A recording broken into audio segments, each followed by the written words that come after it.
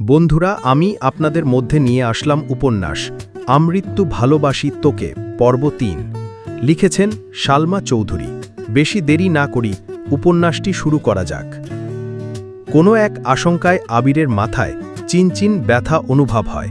ভীতিতে রুদ্ধ হয় তার শ্বাস। বারান্দায় দাঁড়িয়ে আনবনে কি যেন ভেবে যাচ্ছে আবির।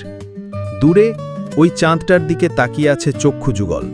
এক মুহূর্তের জন্য সরছে না, পল্লবও পড়ছে না একটিবার তার দুর্বোধ্য দৃষ্টি। হঠাৎ কারো অস্তিত্ব বুঝতে পেরে সাবলীল ভঙ্গিতে নড়ে চড়ে দাঁড়ায়, দৃষ্টি সরিয়ে নেয় চাঁদ থেকে, ঘাড় ঘুরিয়ে দেখে নেয় মানুষটাকে। তারপর ধীর স্থির কণ্ঠে জানতে চায়, কিছু হয়েছে? তানভীর সরল মনে বলে, বড় আব্বু বুঝতে পেরে গেছে তুমি মারপিট করেছ, তাই তোমাকে সাবধান করতে বলেছে যেন মারপিট আর রাজনীতিতে না জড়াও। আর কিছু? অবহেলায় প্রশ্নটা করল আবির। তানভীর বলে, ভাইয়া, মাথা ঠান্ডা করো, তুমি বাদ দাও প্লিজ। আমি তোমাকে শুধু জানিয়েছিলাম বিষয়টা। তুমি যে এভাবে দেশে চলে আসবে আর এইভাবে ঝামেলা হবে, এটা আমি ভাবতে পারিনি। বুঝতে পারলে আমি আগেই ব্যাপারটা সলভ করে ফেলতাম। আবির বলে, তুই আমায় বাদ দিতে বলছিস? বাহ। তানভীর বলে, আমি ওইভাবে কিছু বলিনি ভাইয়া, যা হবার তো হয়েছে। তুমি যা করেছ এরপর আশা করি আর কিছু হবে না। তাই বলছিলাম ওইসব চিন্তা বাদ দিয়ে একটু রেস্ট নাও, অনেকটা জার্নি করে এসেছ। আবির বলে, আচ্ছা তুই এখন যা, এরপর থেকে আমার ব্যাপারে তোকে যেন কেউ কিছু না বলে এটা সবাইকে বলে দিস। এত বছর বাহিরে ছিলাম, এখন তো আমি বাড়িতে আছি, যার যা কথা সব যেন আমায় বলে সরাসরি। আর আগামীকাল 12টার আগে কেউ যেন ডাকতে না আসে আমায়। তানভীর বলে, আচ্ছা আসছি আমি। এতক্ষণে মেঘে ঢেকে গেছে চাঁদ। অসীম দূরত্বে তাকিয়ে কি যেন ভাবছে ছেলেটা। তারপর রুমে ঢুকে দরজা আটকে ব্যাগ থেকে একটা সিগারেট বের করে বারান্দায় বসে সিগারেট জ্বালিয়ে ঠোঁটে ধরে। দৃষ্টি পড়ে দূরে গাছের পাতার ফাঁকে ল্যাম্পপোস্টের ক্ষুদ্র আলোর দিকে। তার নিচে 2-3টা কুকুর আপন মনে চিল্লাচিল্লি করছে। সিগারেট খাওয়াটা আবিরের নিত্যদিনের অভ্যাস না। যখন সে খুব রাগান্বিত বা চিন্তিত থাকে, বা যখন নিজেকে কন্ট্রোল করার সব শক্তি হারিয়ে ফেলে, তখন সিগারেটের ধোঁয়ার মধ্যে নিজের কষ্ট, রাগ, চিন্তা আর অভিমানগুলোকে উড়িয়ে দেয়। সিগারেটে কয়েকটা টান দিয়ে সিগারেটটা ফেলে দেয়। তারপর টান টান হয়ে শুয়ে পড়ল নিজের বিছানায়। মাথার নিচে 2 হাত রেখে চোখ বুঝল। খাবার খেয়ে রুমে এসে 2-3 ঘন্টা টানা পড়াশোনা করল। এইচএসসি পরীক্ষা শেষ হলো 1 মাসও হয়নি, কিন্তু পড়াশোনা যেন 3 গুণ বেড়ে গেছে। অ্যাডমিশন একটা মস্ত বড় যুদ্ধ, যার একমাত্র অস্ত্র হলো পড়াশোনা। তার সাথে অঙ্গাঙ্গিভাবে জড়িয়ে আছে ভাগ্য। এইচএসসির রেজাল্ট কবে দিবে ঠিক নেই, পাশ করবে কিনা তাও জানা নেই, কিন্তু অনিশ্চিত ভবিষ্যতের জন্য প্রস্তুতি আগে ভাগেই নিতে হচ্ছে। বয়সের তুলনায় মেয়েটা পড়াশোনায় একটু বেশি এগিয়ে গেছে। 18 বছর বয়সে পা দিল, সবে মাত্র 2 মাস হয়েছে। তার মধ্যে এইচএসসি পরীক্ষা শেষ, কয়েক মাস পরে সে স্নাতক শিক্ষার্থী হতে চলেছে। ভাবতেই কেমন যেন নিজেকে বড় বড় মনে হয় মেঘে। পড়াশোনা শেষ করে নিজের বিছানায় শুয়েছে, হাতে তার নতুন মোবাইল। কিন্তু করবে কি সে? না আছে ফেসবুক, আর না আছে অন্য কোনো অ্যাকাউন্ট। ইউটিউবে ঢুকে কয়েকটা ভিডিও দেখে, মোবাইল রেখে দেয়। শুয়ে ভাবতে লাগে, আবির ভাইয়াকে ধন্যবাদ জানানো দরকার, কিন্তু সে তো ভয়ে দাঁড়াতেই পারবে না আবিরের সামনে। পুরনো স্মৃতিগুলো ভাবতে থাকে। মেঘ সবেমাত্র 5ম শ্রেণীতে উঠেছিল, বয়সের গণ্ডি 9-10-এর মাঝামাঝি। তখন মেঘের একটা বন্ধু হয়েছিল, নাম জয়। ছেলেটা স্কুলে নতুন এসেই বন্ধুত্ব করেছিল মেঘের সাথে। ছোটবেলায় পিচ্চিদের বন্ধুত্ব যেমন ছিল, চকলেট শেয়ার করা, টিফিন শেয়ার করা, একসাথে খেলাধুলা করা, একটা সপ্তাহও হয়নি তাদের বন্ধুত্বের। 7 দিনের মাথায় আবির স্কুলে গিয়ে মেঘকে আর জয়কে একসাথে খেলতে দেখে স্কুলের সবার মাঝখানে মেঘের গালে কয়েকটা থাপ্পড় বসিয়ে দিয়েছিল আর রাগান্বিত স্বরে বলেছিল, তোকে যদি আর কোনোদিন কোনো ছেলের সাথে কথা বলতে বা খেলতে দেখি তাহলে তোর খবর আছে। তারপর বোনকে টানতে টানতে বাড়িতে নিয়ে আসে।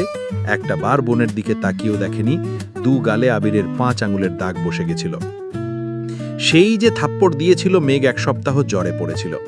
মেঘ ছোটবেলা থেকেই খুব অভিমানী ছিল। ছোট্ট মেয়েটাই থাপ্পড়ের ভয়ে আর আতঙ্কে আর কখনো আবিরের দিকে চোখ তুলে তাকায়নি, কথা বলা তো দূরের বিষয়। আবির বাসায় থাকাকালীন রুম থেকে বেরই হয়নি মেঘবালিকা। আবিরও কখনো খোঁজ নেয়নি মেয়েটার। ছোট্ট মেঘের মনে তখনই জন্ম নেয় আবির ভাইয়ার প্রতি অভিমান, সীমাহীন অভিযোগ, কষ্ট আর বিতৃষ্ণা। 2 বছর পর দেশ ছাড়ে আবির। এই সময়ের মাঝে মেঘ আবিরের সাথে এক টেবিলে খেতেও বসত না। আবিরকে দেখলেই যেন ছুটে পালাতো মেঘ। বিদেশ যাওয়ার পর আবির সবার সাথে ভিডিও কলে কথা বলেছে, কিন্তু কথা হয়নি মেঘের সাথে। 2-1বার মেঘের কথা জিজ্ঞেস করেছিল ঠিকই, কিন্তু মেঘ আতঙ্কে কথা বলতে চায়নি। এরপর থেকে আবিরও কখনো মেঘের কথা জিজ্ঞেস করেনি। এত বছর পর ভাই বাড়ি এসেছেন, এখনো দেখা হয়নি তার সাথে। এরই মধ্যে মারপিট করে ফেলেছেন। ছোটবেলায় অনুভূতি প্রকাশ না করতে পারলেও আজ আবিরের কর্মকাণ্ডের কথা শুনে মেঘের মনে একটা নামই ঘুরপাক খাচ্ছে, সেটা হলো হিটলার। হিটলারের সাথে আবিরের কতটা মিল বা বেমিল তা বিবেচনা করার বিন্দু পরিমাণ ইচ্ছে নেই তার। মাথায় একটা চিন্তাই ঘুরছে, ধন্যবাদ জানানো উচিত, কিন্তু সে কি আদৌ কথা বলতে পারবে হিটলারের সাথে? এসব ভাবতে ভাবতে ঘুমিয়ে পড়ল সে। ভোরবেলা থেকেই বাড়িতে রান্নার ধুম পড়ে যায়। 3 ভাই সকাল সকাল খেয়ে অফিসে চলে যায়। মিম আর আদিও স্কুলে চলে যায়।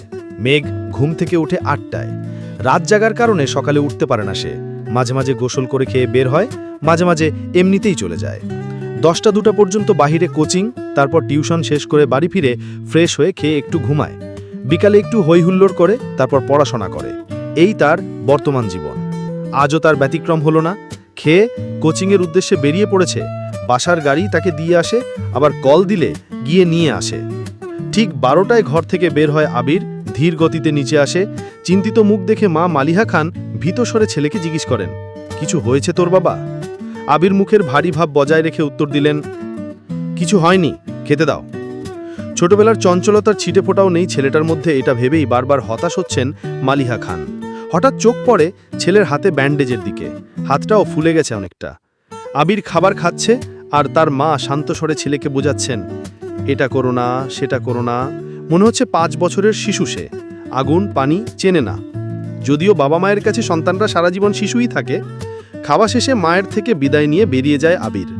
মেঘ বাড়ি ফিরেছে 1 ঘন্টা হবে। শাওয়ার নিয়ে নিচে এসেছে খেতে। খাওয়া শেষ। তানভীর রুম থেকে ছুটে এসে জিজ্ঞেস করে, বড় আম্মু, ভাইয়া কোথায়? আতকে ওঠেন মালিহা খান, ও তো 2-3 ঘন্টা আগেই খেয়ে বের হয়েছে। কেন? ইস, মিস করে ফেললাম। মালিহা খান, কি হয়েছে বাবা? মেঘ নীরবে তাকিয়ে ভাই আর বড় আম্মুর কথোপকথন শুনছে আর বোঝার চেষ্টা করছে ঘটনাটা কি। তানভীর ভাইকে কল দিয়ে জিজ্ঞেস করে, কোথায় আছো? আবির কি যেন বলল, শোনা যায়নি। তানভীরের চোখে মুখে উত্তেজনা স্পষ্ট। বড় আম্মু, আম্মু, কাকিমণি, বাহিরে চলো। কেউ প্রশ্ন করার আগেই তানভীর ছুটে গেল বাহিরে। তার পিছন পিছন মিম, আদি, মা, কাকিরা সবাই দরজা পর্যন্ত গেল। সবার পিছনে মেঘও গেল সেখানে। এরই মধ্যে বাইকে বাড়ি ঢুকলো আবির। নীল রঙের চকচকে একটা সুন্দর বাইক, হেলমেটটাও নীল। হেলমেট খুলতে খুলতে তাকায় বাড়ির মানুষের দিকে। মেঘ অপলক দৃষ্টিতে তাকিয়ে আছে। সেই কবে দেখেছিল আবিরকে। সেই আবিরের সাথে এই আবিরের চেহারার কোনো মিল নেই। হেলমেট খোলাতে চুলগুলো এলোমেলো হয়ে গেছে আবিরের। চোখে সানগ্লাস, নেভি ব্লু রঙের শার্ট, কালো প্যান্টের সাথে ইন করে পড়েছে। হাতে কালো ফিতার একটা ঘড়ি, পায়ে সুজুতা। আপাদমস্তক দেখলো আবিরের। হৃৎপিণ্ডের 4 প্রকোষ্ঠ ছটফট করতে লাগলো মেঘের। আবিরের দিকে বিভোর দৃষ্টিতে তাকিয়ে আছে সে। আবির বাড়ির সকলের উদ্দেশ্যে বলল, বাইকটা কিনেছি, কেমন হয়েছে? আবিরের কণ্ঠ মেঘের মনের গহীনে ধাক্কা খায়। এতে হুঁশ ফিরে তার। দাঁড়িয়ে থাকতে পারছে না সে। এক দৌড়ে নিজের রুমে ঢুকে দরজা আটকে শুয়ে পড়ে মেঘ। মিম আর আদি হইহুল্লোড় করছে। আবির ভাইয়ার কাছে আবদার করছে ওদের বাইকে নিয়ে ঘোরার জন্য। মালিহা খান ছেলের পানে তাকিয়ে প্রশ্ন করলেন, বাসায় 2-3টা গাড়ি থাকার পরও বাইক কেন কিনলে? আমার গাড়িতে চলাচল ভাল লাগে না, অবলীলায় উত্তর দিল আবির। পিচ্চিরা খুশি হলেও খুশি হতে পারেননি মালিহা খান, হালিমা খান আর আকলিমা খান। কারণ এই বাড়িতে বাইক ব্যবহার নিষেধ করেছিলেন স্বয়ং আলী আহমেদ খান নিজেই। তিনি কোনো এক বয়সের অ্যাক্সিডেন্ট করেছিলেন, সেই থেকে বাইক কেনা বা বাইকে চলাচল নিষিদ্ধ করেছেন। ইকবাল খানের খুব ইচ্ছে ছিল বাইক কেনার, কিন্তু বড় ভাইয়ের নিষেধ অমান্য করার সাধ্য নেই, তাই কিনতে পারেননি। তানভীর খুব করে চাইছিল বাইক কিনতে। রাজনীতির সুবাদে অনেক জায়গায় চলাচল করতে হয়, বাইক থাকলে সুবিধা হয়। বাবা মোজাম্মেল খানকে বলেও ছিল সে, কিন্তু বাবার এক কথা, তোর বড় আব্বু বাইক পছন্দ করে না, তোর দরকার পড়লে তুই একটা গাড়ি সবসময় ব্যবহার করিস, তারপরও বাইক কেনার নাম মুখে নিস না। আদির বাড়ি ফিরেছে 24 ঘন্টা হবে হয়তো, এর মধ্যেই বাইক কিনে ফেলছে। এর পরিণাম কি হবে তা ভেবেই ভয়ে আটকে যাচ্ছেন বাড়ির 3 বউ। অষ্টাদশীর হৃদয় কাঁপছে। কেমন জানি অস্থির লাগছে সবকিছু।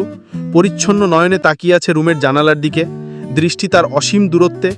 কি জানি কি ভাবলো কতক্ষণ, হঠাৎ ঝলমলিয়ে উঠল মেঘ, সঙ্গে সঙ্গে চোয়াল শক্ত করে নিজেকে নিজে প্রশ্ন করল, বাই এনি চান্স আমি কি হিটলারের উপর ক্রাশ খেয়েছি? আজ এতটুকু, কাল আবার দেখা হবে। আমৃত্যু ভালোবাসি তোকে পর্ব 4 নিয়ে। আর আপনারা যদি আর কোনো উপন্যাস শুনতে চান তাহলে আমাকে বলবেন, আমি সেই উপন্যাস আপনাদের জন্য পড়ে শোনাবো। আর আমার এই উপন্যাসটি কেমন হয়েছে তা আপনারা কমেন্টে বলে যাবেন। লাইক করা যাবেন এবং সাবস্ক্রাইব করা যাবেন বা ফলো করে যাবেন।